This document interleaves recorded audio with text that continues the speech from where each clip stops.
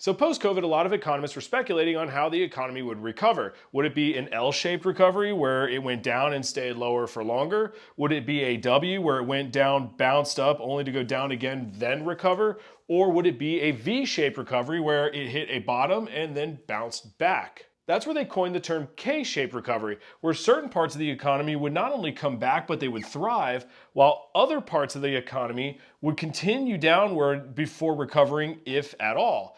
So along with this, they talked about a K-shaped economy, and that has to do with basically the people who had a higher household income prior to COVID are doing exponentially better than the people who had a lower household income prior to and after COVID. The idea behind this is that people with higher household incomes were able to insulate themselves from the higher gas prices, food prices, etc., and people that were in the lower household incomes were more affected by it. So if you're looking at the economy as a whole, things are actually looking pretty good. You have very low unemployment, companies are posting record profits, stocks are at all-time highs, housing market is at all-time highs. So the question is, if everything is going so well on paper, why are there still so many people who are feeling the pinch?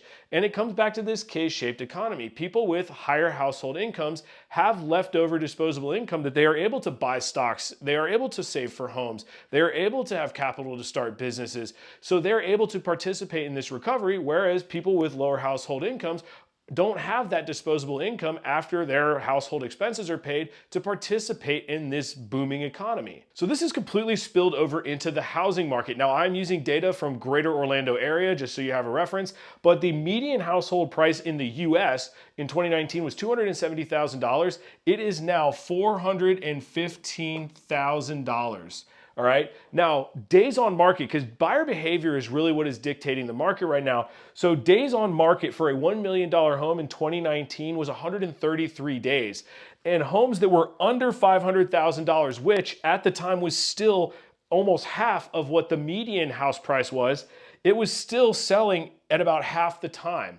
Now let's fast forward to 2016, a $1 million house or higher, so a house over $1 million in the greater Orlando area is selling in 79 days. That's the average days on market, whereas a home that is under $500,000 is taking 35% longer to sell at 108 days on market. So as you can see, a $500,000 home is not that much higher than the median sales price of the US, but you can see it is taking exponentially longer for these homes to sell than it is for their luxury counterpart, and that is all due to this K-shaped economy that we're experiencing. That said, have you felt the pinch? Leave it in the comments.